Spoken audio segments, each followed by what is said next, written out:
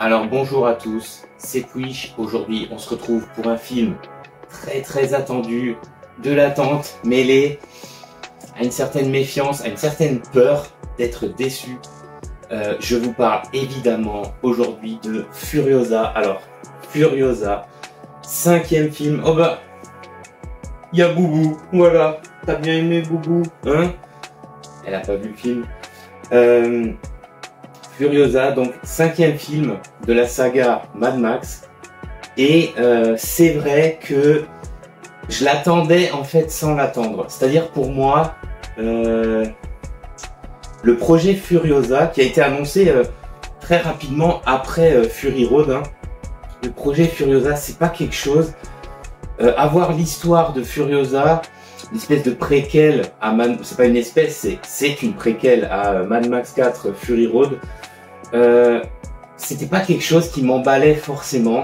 En fait, c'était plus le fait d'avoir, voilà, la même équipe, d'avoir à nouveau George Miller aux commandes et qui nous fasse finalement un autre film dans l'univers Mad Max. Le truc, c'est que Mad Max sans Mad Max, est-ce que ça peut fonctionner? Ça peut fonctionner. D'ailleurs, le film nous le prouve. Le film nous le prouve. Après, faut pas oublier que dans Fury Road, Mad Max était malgré tout quelque part mis bien en retrait.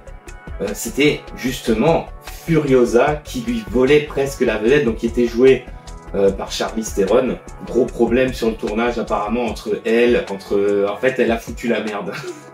Ce qui explique d'ailleurs, de ce que j'ai compris en partie, pourquoi elle n'est pas dans le rôle titre.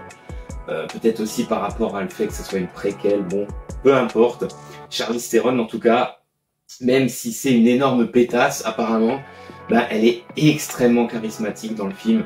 Elle est vraiment limite magnétique et c'est vrai que son rôle, elle le faisait à la perfection. Elle incarnait à la perfection une espèce de Mad Max entre guillemets au féminin, mais pas en mode woke, en mode les modes féminins qui nous cassent les couilles, non pas du tout justement. Là on était avec un personnage féminin vraiment excellent et auquel on pouvait croire. Et donc, bon, pourquoi pas. Alors on est maintenant quasiment 9 ans après Fury Road. Alors moi Fury Road, c'est un film que j'ai pris en pleine tronche, comme beaucoup je pense. C'est vraiment une baffe atomique. C'est un film à voir absolument, hein, si vous l'avez pas vu. Même si vous n'avez pas vu à la limite les autres Mad Max, ce qui est très dommage. Hein. Moi je suis un fan absolu de Mad Max 2. Hein. Je pense comme beaucoup. Hein. Mad Max 2, toute cette imagerie comme ça post-apocalyptique, le désert, les punks, les barbares. Voilà, je suis un fan de Ken le Survivant.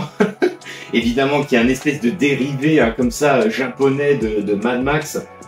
Moi c'est une imagerie vraiment qui me parle. Le post-apo comme ça, le post-nuke qu'a instauré finalement George Miller. C'est vraiment quelque chose qui me parle absolument. Et Mad Max 4, c'était un film en mode non-stop. C'est un aller-retour. L'histoire tient sur un post-it, mais on s'en fout. C'est du ressenti, du visuel, c'est de la pure action. C'est surtout une première demi-heure de l'air. C'est une première demi-heure de l'air. La première demi-heure du film, elle est un boubou. Hein. Elle est d'accord avec moi. La première demi-heure, c'est incroyable, comme le reste hein, d'ailleurs. Hein. Il y aura très peu de temps mort. Et ce Furiosa, c'est un petit peu, alors pas l'antithèse quelque part, mais un petit peu. C'est un petit peu l'anti-Fury Road. C'est un film avec beaucoup d'action. Il y a de l'action. Il y a notamment, surtout pour moi, 2 grosses scènes d'action dans le film. Mais après, c'est un film, je vais pas dire qu'il est beaucoup plus calme, parce qu'en fait, il se passe des tas d'événements les uns à la suite des autres. Mais on n'est pas du tout sur Fury Road. On n'est pas du tout sur une course-poursuite de 2 heures incroyable dans le désert avec des motards de partout, avec une BO ébouriffouflante, c'est j'ai envie de dire. Non, on n'est pas là-dessus. On est sur un film, oui, voilà, qui veut raconter. C'est un film de vengeance. C'est là où je disais, le personnage de Furiosa, c'est un peu un Mad Max au féminin, parce que finalement, au travers de ce film, on revoit un petit peu, en fait, Mad Max 1. Mais qu'est-ce qu'il y a? On revoit un petit peu Mad Max 1.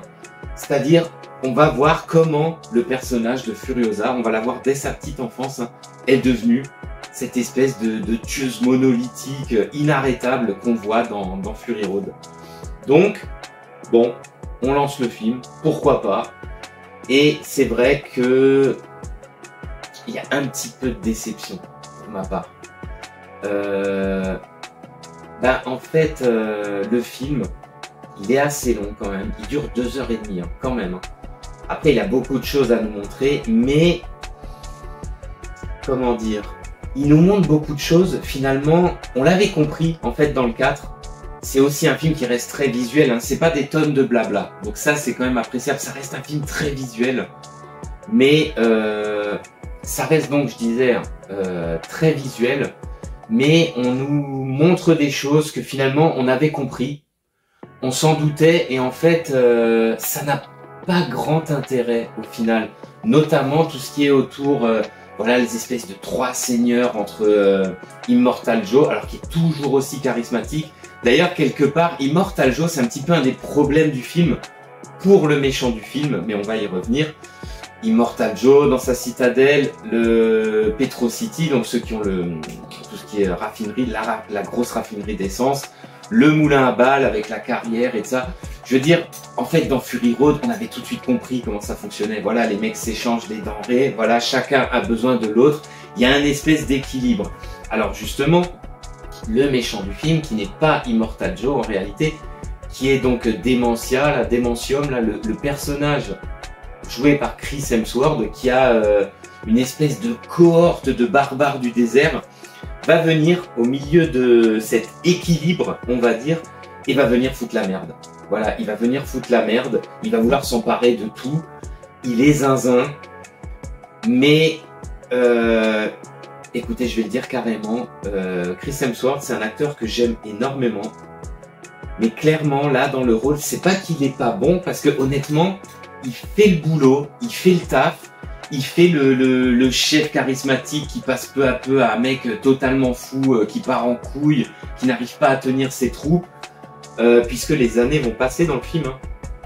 Hein. Mais voilà, il ne s'impose pas comme un méchant iconique de la saga.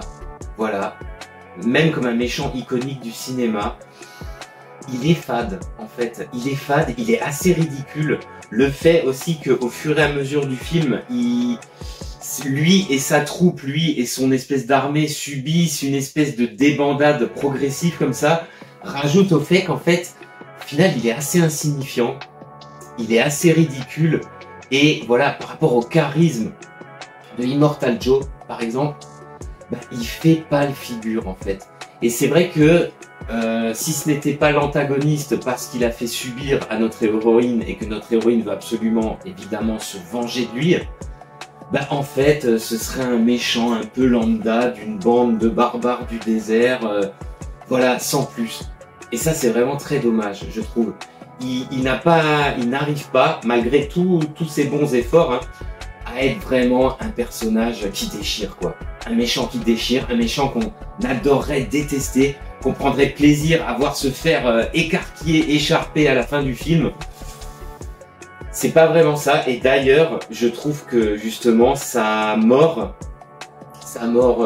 visuelle ou supposée, la fin du film est plutôt pas mal.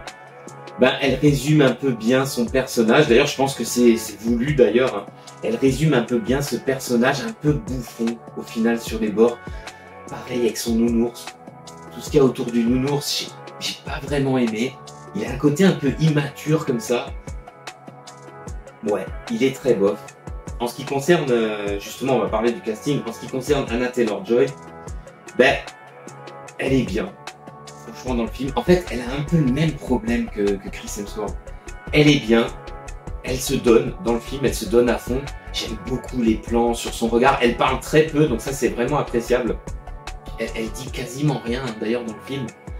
Il y a beaucoup de plans comme ça sur son regard, sur ses grands yeux. Donc ils ont bien choisi l'actrice pour le coup. Sur ses grands yeux comme ça, remplis de haine, hein, on imagine d'envie de vengeance, d'envie aussi d'être libre. Mais c'est pareil, il manque un petit quelque chose. il manque un petit quelque chose, notamment je trouve dans la dernière partie du film justement, dans la partie la plus vengeance, on va dire. C'est là où il manque quelque chose, ce que Charlize Theron avait instantanément dans le 4.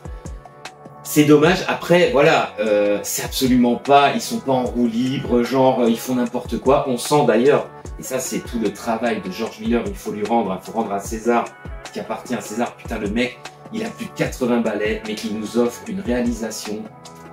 On voit que chaque plan du film, franchement, a été pensé, a été réfléchi. Il y a une envie d'inventer des nouvelles choses, il y a une envie de montrer plus de choses que dans Fury Road autour de cet univers. Il y a une envie, voilà, d'avoir toujours de nouveaux costumes de dingue pour les barbares, de nouveaux groupes comme ça, de barbares, de nouveaux véhicules. On va voir un espèce le nouveau porte-guerre là d'Immortal Joe qui construit dans le film un espèce d'énorme camion-citerne à 2 wagons comme ça avec tout un tas d'armes. Voilà, il y a vraiment une inventivité aussi, comme je vous disais, des barbares qui vont venir attaquer en ULM, en deltaplane. Vraiment, ça force le respect. Il y a aussi beaucoup d'images saisissantes dans le film. Par exemple, la mère de Furiosa, quand elle est comme ça accrochée sur l'espèce de croix avec l'espèce de mec avec ses cornes de boue qui lui triture le bide, on imagine. Tous les espèces de châtiments avec les motos. Pareil, les images comme ça de Petroville, comme ça avec tout son pétrole, avec toutes cette espèce d'énorme usine comme ça. Il y a quand même énormément d'images qui restent en tête. Ça, on va pas dire l'inverse. Mais le film, malgré tout, est quand même beaucoup moins fort. Il est beaucoup moins dans ta face, voilà, que était Fury Road, que moi personnellement j'ai adoré. Il manque aussi au film, malheureusement, et il faut le dire, une BO aussi puissante que celle de Fury Road, parce que faut pas oublier que la BO de Fury Road, j'en bafouille. Putain, elle était excellente, je l'écoute encore. Elle soulignait vraiment plein de moments dans le film, elle était vraiment très très puissante. Là, en fait, on nous ressort quelques thèmes comme ça. Mais c'est vrai que la bande-son, globalement, elle est vraiment en retrait hein, dans le film. Malgré tout, ça reste, franchement, ça reste un vrai film de cinéma. Ça reste une très très grande réalisation. Mais faut pas s'attendre, comme dit, c'est un petit peu l'anti-Fury Road. Faut pas s'attendre à la même baffe qu'avec Mad Max 4. Faut pas s'attendre à la même baffe qu'avec Mad Max 2. Voilà. On n'est pas à ce niveau-là, on reste sur un très bon film. Attention, il vaut mieux aller voir 100 milliards de fois Furiosa que les merdes type Marvel, type Star Wars tout pété. Enfin, les films qu'on nous sert à longueur d'année, c'est quand même 100 fois mieux. C'est un vrai film de cinéma. Et après, pour moi, il y a aussi, dans ce film-là, il y a aussi beaucoup plus d'effets numériques 3D qui peine à convaincre. Je dois le dire, sur plusieurs moments du film, j'ai trouvé ça assez laid en fait. Mais heureusement, c'est rattrapé par la composition des plans, par la beauté des paysages, par les cascades. Voilà, il y a des cascades en veux-tu, en voilà tout de même dans le film. Faut quand même rendre à César ce qui appartient à César. Voilà, mais il faut bien voir que par rapport à Fury Road, où il y avait aussi du numérique, attention, hein, mais c'était quand même, là on a plus un sentiment de faux. Voilà, on a plus un sentiment de faux. Après, bon, ça reste quand même un bon film. Moi personnellement, faut que je le revoie en fait. Faut que je le revoie, je pense. Je le revois en 4K, voilà, nickel. Faut que je le revoie vraiment pour me faire une opinion définitive. Je dirais que le casting, il est bon, mais il n'arrive pas à être aussi charismatique que ce qu'on avait avant. La réalisation, elle est très bonne, mais les effets numériques un peu trop, un peu bof par moment nous sortent un petit peu du film. Et voilà, au niveau de l'action, ben, on a des très grosses scènes d'action qui sont très bonnes, mais on n'atteint pas le niveau paroxystique qu'on avait dans Mad Max 4. Donc, un bon film, mais il faut garder à l'esprit en allant le voir que ça va pas être la même baffe, ça va pas être la même sauce. Et ça vient aussi du fait, pour moi, hein, personnellement, que bah, l'histoire de Furiosa, finalement, on la connaît quelque part. Il n'y a pas besoin d'épiloguer. c'est tellement visuel, c'est tellement fort dans Mad Max. Mais c'est comme quand tu regardes Mad Max 2 en fait. Si t'as pas vu le 1, moi personnellement pendant des années quand j'étais gosse, j'ai vu que le 2. Pendant des années, le 1 je l'ai vu bien plus tard. Si t'as pas vu le 1, rien qu'avec le micro résumé du début et rien qu'avec le comportement de Max, c'est bon. T'as compris son histoire. T'as compris ce qui s'est passé. T'as compris les drames qu'il a vécu qui l'ont rendu comme ça. Et je trouve que dans Mad Max 4, pour Furiosa, c'était la même chose. Donc on n'a pas vraiment besoin d'une préquelle. Qui aussi, au niveau émotion, on rentre pas vraiment dedans. Sauf pendant une scène, mais je vais pas spoiler. Il y a une scène, je m'y attendais pas forcément. D'ailleurs, il y a un personnage dont je n'ai pas parlé. Je m'attendais pas forcément. Et il y a une scène par rapport à lui et à Furiosa qui est vraiment pas mal. Ça se joue à quelques regards, ouais, c'est quelques plans, quelques regards échangés. Là, il y a une émotion. Là, il y a quelque chose de force qui se passe devant le drame qui va arriver juste après. Ça, j'ai trouvé ça vraiment pas mal. C'est peut-être le seul moment d'ailleurs, et c'est un peu dommage, où le film a réussi à transmettre une certaine émotion, je trouve, par rapport au destin terrible de Furiosa. Mais en dehors de ça, bon, nul doute que Fury Road, voilà, restera un film culte, mais en aucun cas c'est un film honteux. J'aimerais que toutes les prods soient à ce niveau-là. C'est un film fait par quelqu'un, voilà, un vrai réalisateur qui a une vraie vision, qui a voulu faire un vrai film. Donc, bon, chapeau George Miller, chapeau l'artiste, chapeau à tous ceux qui ont travaillé sur ce film. Ça reste quand même du bon, mais voilà, on n'arrivera jamais à atteindre dans ce film-là le côté... Alors justement, si vous n'avez pas aimé Fury Road par son côté trop rentre-dedans, pas assez de scénar, ben, nul doute que vous apprécierez, si vous aimez l'univers, vous apprécierez beaucoup plus Furiosa. À mon avis, alors j'ai pas regardé encore les critiques, justement, je voulais pas regarder avant de voir le film, je voulais me garder complètement la surprise. À mon avis, les gens doivent être assez partagés, je pense. Il y a ceux qui ont adoré, ceux qui ont détesté, et c'est en fonction de s'ils avaient déjà aimé ou pas Mad Max 4. Bah écoutez, on va s'arrêter là, et puis je vous dis à plus pour de prochaines critiques.